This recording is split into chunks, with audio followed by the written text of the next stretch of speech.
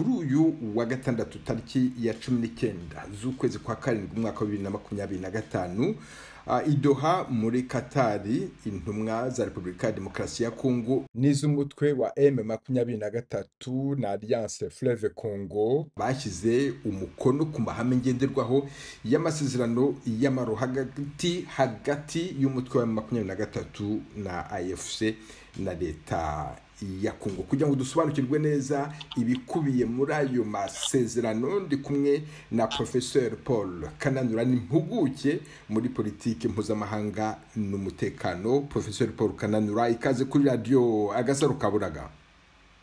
Murakoze cyane kunyakira ku Gasaro Kaburaga.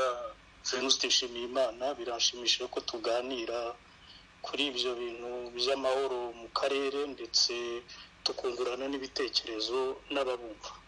None rero umbwira ingingo nkuru zikubiye muri aya mahame ngenderwaho nizihe? Aya mahame yasinywe Doha muri Qatar uyu munsi saa 5 agizwe n'ingingo zigeze kuri indwi, ariko ingingo ngenderwaho cyane ni ukuzana amahoro arambye, ni uguhagarika intambara, ni ukugarura ubutegetsi bwa Kongo hariya M23 yafashe, ni uguhana imfungwa no kubaka icyizere no gucyura impunzi. Nibyo twavuga bikubiyemo cyane cyane ariyo mahame ngenderwaho azatuma mu minsi 10 iri imbere batangira imishyikirano yo kuyanonosora. None rero tugiye kugenda ingingo ku yindi tugerageza kumva uko zizashyirwa mu bikorwa. Duhere kuri iyo ngingo yo guhagarika imirwano n'ukuntu iryo hagarikwa ry'imirwano rizakurikirana. None ni zihe ngamba zigaragara zafashwe zashyizweho kugira ngo iryo hagarikwa ry'imirwano ryubahirizwe koko mu burasirazuba bwa Repubulika ya Demokarasi ya Kongo? Mbese iyo urebye ni zihe nzitizi zishobora kuzabangamira ikirwa mu bikorwa ry'ayo masezerano? Inzitizi ni ibihato biri muri aya masezerano n'ibihato biri mu masezerano ya Washington, kuko ibi biri mu bikubiye mu ngamba ngenderwaho bigomba kubahiriza amasezerano ya Washington. Byose rero biteranije kuko birimo ibihato bizatuma kubyubahiriza bitoroshye. Icyambere cyane cyane kuri AFC M23 kuyubahiriza bizatuma yisenya nk'umutwe wa politike n'umutwe wa gisirikari, hanyuma ishyira intwaro hasi ijanwe mu buryo bwo gusubiza mu buzima busanzwe abahoze ari abarwanyi. Icya kabiri, nitayubahiriza nabwo izakubitwa nk'akabwana kaneye mu nzuzi. Ibirumva rero ntabwo byoroshye cyane kumenya uko bizagenda, bizaterwa n'ubushake bwa buri wese wayasinye, yaba leta ya Kongo, yaba M23, kuko kuyubahiriza ni urupfu kuri M23, kutayubahiriza nabyo ni urupfu, ubwo izahitamo urupfu rwiza. None rero tujye ku ngingo ya kabiri yerekeranye nko kuvuga M23 yerekeranye nuko uwo mutwe uva mu duce ugenzura magengwaya. Ayo masezerano akaba ateganya yuko igenda ivamo buhoro buhoro kandi hari abantu babigenzura. Abo ngabo bakaba nkuko bivugwa muri ayo masezerano, bivugwa yuko ari umuryango mpuzamahanga uzabugenzura niba koko bavuye mu duce bagenzura. None mbwira, ninde uzagenzura ko ibyo biyemeje byubahirijwe kandi hakurikijwe ingengabihe yatanzwe? Ibyo ngibyo biroroshye kuko umuryango mpuzamahanga ari uhagarariwe na MONUSCO, niwo uzafata ingamba nyinshi zo kugira ngo ugenzure iryo yubahirizwa ryo kuva mu birindiro kwa M23.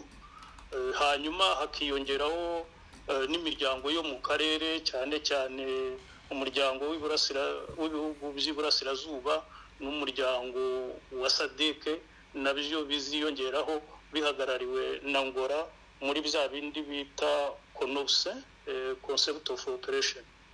Kariya kanama gahuriweho na leta ya Kongo na M23 kazashyirwaho gute? Hazakurikizwa iki kugira ngo hatoranywe babayobozi bakuru, bamwe mu bayobozi bakuru ba M23 bashobora kuzabona imyanya mu nzego z'ubutegetsi? Ibyo bintu by'imyanya kuyibona bizaruhanya, yenda turi buze kubigarukaho, ariko nako kanama uko kazakora turebye uko amasezerano ameze n'ibihato biyarimo, usanga M23 na AFC zigomba kwisesa. Ubwo se bazajyamo bahagarariwe nande cyangwa kubuye buryo, kuko ntibazigera bemerwa nk'umutwe wa politiki muri Kongo. Ibyo ngibyo ngira ngo nabyo biri mu byo baganiriyeho, nubwo bitari hano bizaza yenda muri ayo masezerano. Ikindi ni uko ibyo ari byo byose ngira ngo abazaba bahagarariye ako kanama ni leta ya Kongo, kuko turi buze kubibona yuko ariyo izaba yagarukanye ubutegetsi aho ngaho. Inzego zose z'ubutegetsi za Kongo, zaba za gisirikare, za gipolisi, z'ubucamanza n'iz'ubutegetsi bwite bwa leta, zizaba zagarutse aho ngaho, nizo zizaba zibireba, yenda zifatanije n'imiryango yo mu karere, cyane cyane bahagarariwe n'igihugu cya Angola, nubwo bitavugwamo, ariko dukurikije amasezerano yandi yagiye aba ya Nairobi n'amasezerano ya Rwanda byaje mu masezerano ya Washington, cyane cyane ko buriya hari amasezerano y'Idoha n'amasezerano ya Nairobi bajyanye Qatar, Idoha muri Qatar, nk'uko amasezerano ya Rwanda bayajyanye Washington. Ntabwo ari ibintu bishya, ni ibintu byaganiriweho uko bizagenda. Ni ibyo byose byagiye biganirwaho kuva kera, ubu bizashyirwa mu bikorwa, cyane cyane ko hari igitsure cya Amerika cyo kugira ngo bikorwe, kandi utazabikora bakazamurasaho nta bindi. None ni ayahe masomo muvana muri gahunda zabanjirije iyi ngiyi zo kwambura abarwana intwaro, kubavana mu gisirikare no kubasubiza mu buzima busanzwe, iriya gahunda bita DDR zagiye zibaho muri Repubulika ya Demokarasi ya Kongo? Hakorwa iki kugira ngo ibibazo byagiye bigaragara kugeza ubu ngubu bibonerwa umuti? Ndashaka kuvuga nk'ikibazo cy'amafaranga bavuyemo bahabwa imperekeza, ariko no kugenzura ko bishyirwa mu bikorwa nyirizina. Ikintu cya mbere, aya mahame ngenderwaho n'amasezerano ya Washington n'andi azava hari Idoha muri Qatar, hari icyo bita umurongo utukura Kongo yashyizeho bitazavaho, bitazongera, kugira ngo hatazongera ku bibazo byabaye mu bihe byashize. Nuko ivangwa ry'igisirikari biriya bita mixage brassage bitazongera kubaho. Uzajya muri ubwo buryo bwo gushyira abarwanyi mu buzima busanzwe, Kongo niyo izahitamo abajya mu gisirikari, abandi kabahaye amafaranga y'imperekeza azabasubiza mu buzima busanzwe bwa gisivile, bakabaha n'imibereho yo kubaho muri Kongo uko n'abandi baturage bose babaho, yenda bafite icyo bahereyeho kuri ayo mafaranga bazaba babonye. Amafaranga yazaboneka kuko Amerika izatangamo amafaranga, cyane cyane ko ikeneye amabuye hariya muri Kongo. Urumva ntabwo waje kujya gucukura amabuye no kuyatwara ufite abantu b'abakene kandi bahoze bafite imbunda. None ziriya mbabazi ziteganyirizwa bariya bo mu mutwe wa 23 na AFC, imbabazi ziteganyirizwa abavugwa ko batakoze ibyaha bikomeye, byahuzwa gute n'ubutabera bukenewe muri kino gihe busabwa bwifuzwa? Ninde uzayemeza icyaha gikomeye n'ikidakomeye? Ni Kongo izabyemeza, kuko nizaba ifite ubusugire n'ubutabera nshingano zayo nk'igihugu, ni nayo yahohotewe, ni nayo ifite abaturage bahohotewe igomba kurengera. Ibyo bivuga ko nta mbabazi rusange zizabaho. Abakoze ibyaha bikomeye, ibyaha bibangamiye uburenganzira bw'ikiremwa muntu, ibyaha ba ruharwa, abo bazajyanwa mu nkiko za Kongo cyangwa se mu nkiko mpuzamahanga zirahe n'izindi zishobora gushyirwaho, ziriya bajya bita justice transitionnelle. Abakoze ibyaha bisanzwe bababarirwe, basubizwe mu buzima busanzwe, babeho nk'abandi baturage. Muri aya masezerano Repubulika ya Demokarasi ya Kongo iriyemeza kutazongera gukorana n'imitwe yitwaje intwaro ikomoka mu mahanga, bakadoma cyane nyirizina kuri FDLR. None bizashoboka gute kugira ngo FDLR yamburwe intwaro kandi bigaragare ko itazongera na rimwe kuba impamvu yo kuzana intambara muri kariya karere k'uburasirazuba bwa Repubulika ya Demokarasi ya Kongo? Ngira ngo biroroshye cyangwa binakomereye guverinoma ya Kongo mu kudakorana n'iyo mitwe, cyane cyane ko bizaba bigenzurwa muri ruya rwego rwa CONOPS, bizaba bigenzurwa n'ingabo zihagarariwe na Angola, ndetse n'abanyamerika bazaba babibona bakoresheje ibyuma bya kabuhariwe.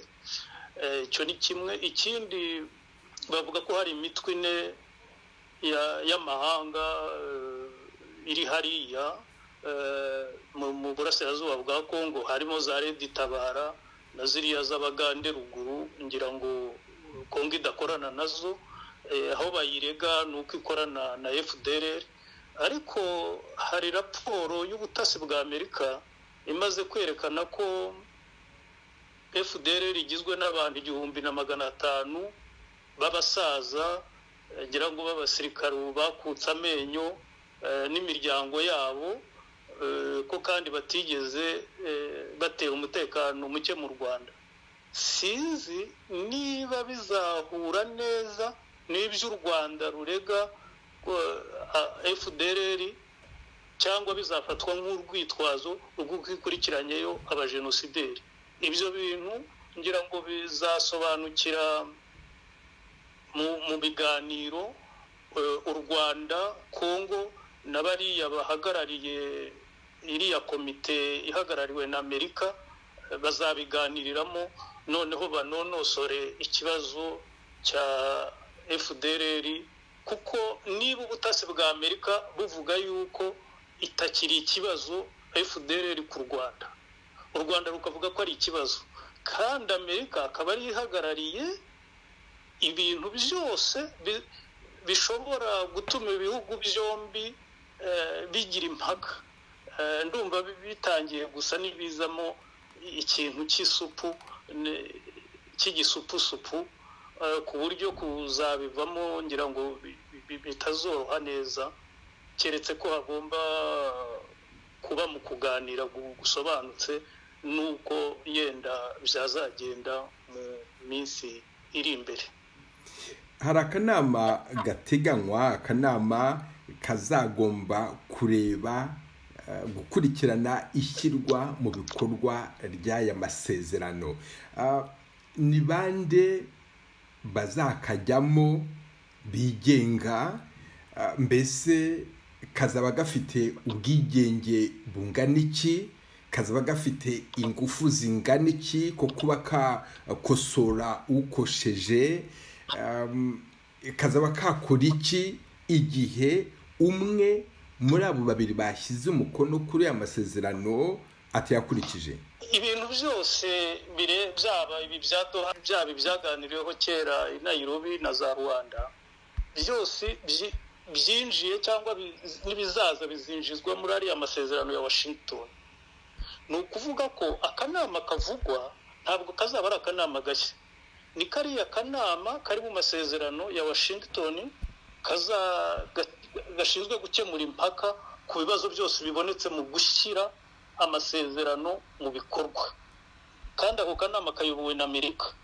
Ntitwibagize ko ari amasezerano yasinyiwe Washington agamije guha uburenganzira Amerika bwo kugenzura ubucuruzi bw'amabuye y'agaciro no guhonda inkonzi umuntu wese washaka kuzana akajagari.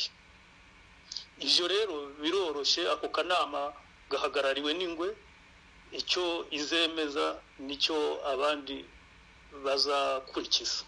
Niki ubona kizakorwa kugira ngo aya masezerano ashyirwe mu bikorwa uko yasinywe? Ibibazo byose bizaboneka mu ishyirwa mu bikorwa ry'amasezerano bigomba kubahiriza ubusugire bwa Kongo. Ni ukuvuga ko ari Kongo igena uko bizagenda. Nk'ibyo by'amabanki urumva ko azatangira gukora igihe Kongo yazanye inzego zayo hariya mu burasirazuba bwa Kongo, igihe M23 izaba yamaze kuva aho iyobora, yagiye muri hariya muri za Rumangabo, yatangiye no gusubizwa mu buzima busanzwe, bamwe muri bo bakajyanwa mu gisirikare cya Kongo. Ibyo ngibyo rwose nta kwirirwa umuntu abitindaho, ahubwo ikibazo kindi kizaba gihari cyo bagombye kuganiraho si cyo ngicyo. Bagombye kuganira ku bibazo bitera amakimbirane muri kariya karere, impamvu yabyo, umuzi wabyo, kugira ngo ari byo bikemurwa kandi bikemurwe burundu, ntihazongere kubaho izo ntambara za hato na hato.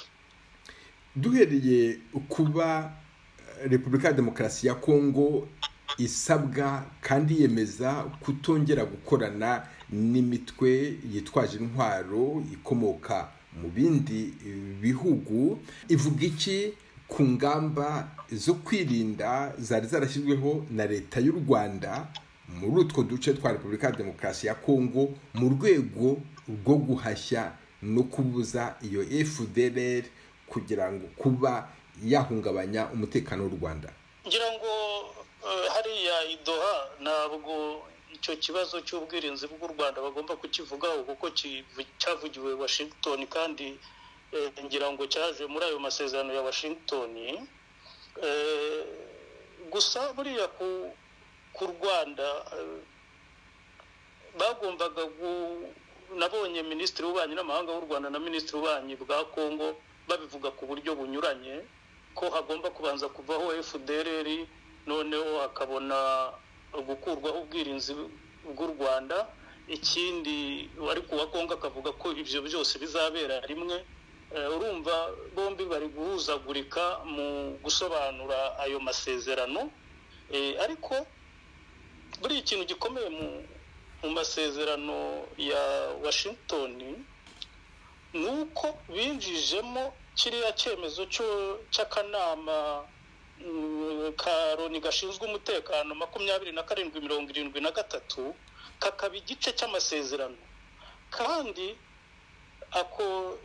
icyo cyemezo kikaba cyo kivuga ko u Rwanda rugomba guhagarika ubufasha ruha M23, kikaba kivuga yuko u Rwanda rugomba gukura ingabo zarwo muri Kongo, kikaba kivuga ko u Rwanda rugomba no kubahiriza uburenganzira bwa RDC bwo kwirinda yo ubwayo no gukora ibyo ishaka ku butaka bwayo.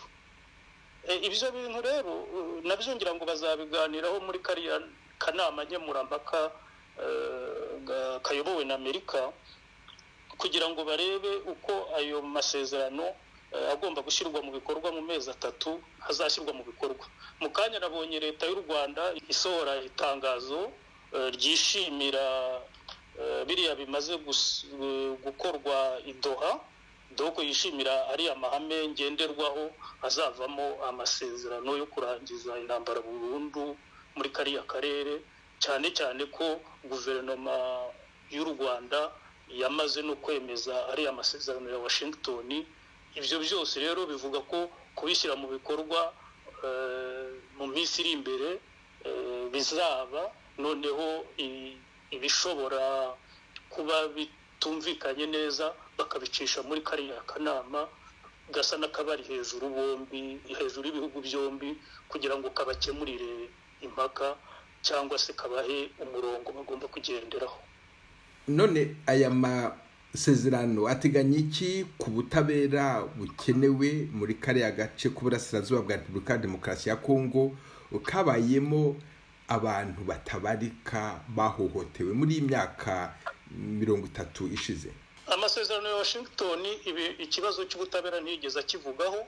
Amasezerano ya Doha nayo ntabwo azakivugaho kuko ntabwo agomba kunyuranya n'amasezerano ya Washington. Ngira ngo icyo kibazo bakirekeye ubutegetsi bwa Kongo kugira ngo bugicishe mu nzego zibishinzwe, zaba inkiko zo mu gihugu, inkiko mpuzamahanga cyangwa se inkiko zazashyirwaho kugira ngo zicire abantu bakoze ibyaha bikomeye, bakoze ibyaha by'intambara n'ibyaha nyokomuntu, babashyikiriza ubutabera kugira ngo umuco wo kudahana ucike burundu mu karere. None urebye ingengabihe yo gutangira gushyira mu bikorwa aya masezerano, hari ukuba imirwano igomba guhagarara kuva uyu munsi, kuva kuri itariki ya 19 amasezerano ashyiriweho umukono i Doha. Hari ugukomeza kuganira no kumvikana ku ngingo zigomba kujya mu masezerano rusange y'amahoro mbere y'itariki ya 8 z'ukwezi kwa 8. Hakabaho n'isinywa ry'amasezerano nyirizina mbere y'itariki ya 18 z'ukwezi kwa 8. Ibi bintu biregeranye cyane. Hari ikintu mubona mwebwe nk'abasesenguzi, hari ikintu mubona gishobora kuzabangamira ishyirwa mu bikorwa ry'aya masezerano? Nacyo kubera igitutu cya Amerika bayasinye, yabiwe Washington n'aya basinye uyu munsi, ni igitutu cya Amerika.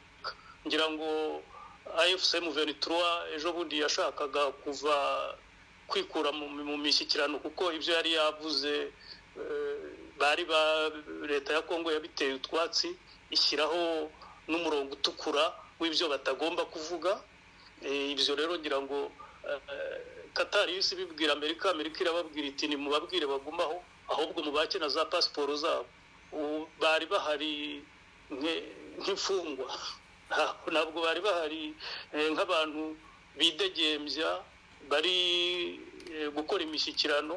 Bari bahari nka gahuru kuko nta byangombwa bari bagifite, barabibatse. Yewe n'ejo bundi kuwa 4 barangije kuganira, bashatse kuvuga ngo batahe baje kubaza abo basize n'abayobozi babo ibyerekeranye n'aya mahame ngenderwaho, noneho bagaruke kuyasinya. Barabangira, barabwira bati hari ikoranabuhanga, ni mu byohereze kuri za email, ni mu byohereze kuri za telefoni, bababwire mugani hano ndimuva hano mudasinye. Urumva rero babasinyishije ku ngufu.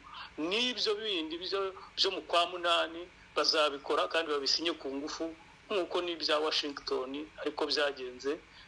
Icyo tugomba kumenya nuko ibi bintu bihagarariwe n'ingwe, kandi iyo ngwe ifite ibyo ishaka mu karere, nta ushobora kubibuza.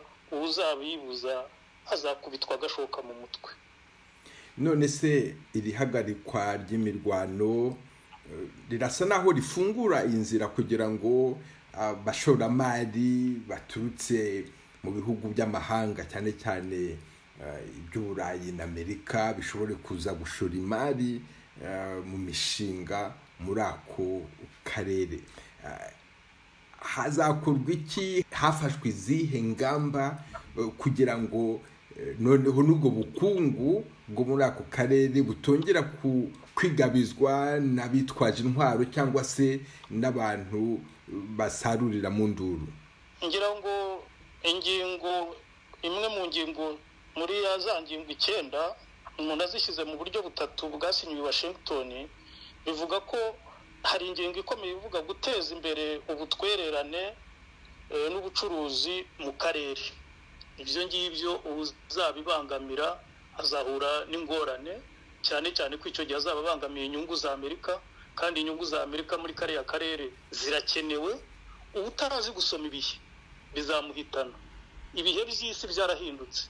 Muri za 60 habaye ukwigenga kw'ibihugu, ariko ababigezeho bahita bakorerwa ibyo bita kudeta za gisirikari, barasimburwa. Muri 90 abatasomye uko isi yahindutse, havuyeho intambara y'ubutita, babiguyemo abo Habyarimana n'abandi. Ubu ngubu rero tugeze mu batari gusoma aho isi nshya igeze, n'iriya ntambara yo muri Ukraine. Ubu nabo muri iyi minsi bazagenda. Udashoboye gusoma ibihe by'isi ngahindukane nabyo, mu minsi iri imbere azagenda. None aya masezerano y'Doha azahuzwa te n'andi masezerano y'amahoro? Nshaka kuvuga ari amasezerano y'i Washington yashyizeho umukono ku itariki ya 27 z'ukwezi kwa gatandatu, kimwe n'ibindi byemezo byagiye bifatwa n'umuryango w'abibumbye. Ibyo biroroshye. Ari amasezerano ya Washington ni master, ibindi byose bigomba kuyaja munsi. Kandi buriya dufashe ku buryo bworoshye, amasezerano ya Rwanda yagiye Washington, amasezerano ya Nairobi aja Doha. Ibyo byose rero bigomba kubahiriza ari amasezerano ya Washington. Ibintu byose byaba bivuguruza amasezerano ya Washington ntibigifite agaciro, kuko biriya babyita executive order, bikurikije amategeko ya Amerika. Buriya amategeko ya Amerika bari hejuru y'ibindi byose, kandi ari amasezerano ya Washington bayashyizeho bakurikije amategeko ya Amerika. Ikibazo cy'umuryango w'abibumbye nta n'ikibazo cyo gihari, kuko icyemezo cyawo cya 27/73 cyo kuri 21 z'ukwa kabiri muri uyu mwaka cyabaye igice cy'amasezerano ya Washington. Ni ukuvuga ko ibyemezo byose byafashwe n'umuryango w'abibumbye biri mu masezerano. Professeur Paul Kananura, impuguke muri politiki mpuzamahanga n'umutekano, ndagushimiye cyane kuwafashe kano kanya kuri radio Agasaro Kaburaga kugira ngo usesengure aya masezerano y'Doha muri Qatar hagati ya M23 na Repubulika ya Demokarasi ya Kongo. Murakoze cyane.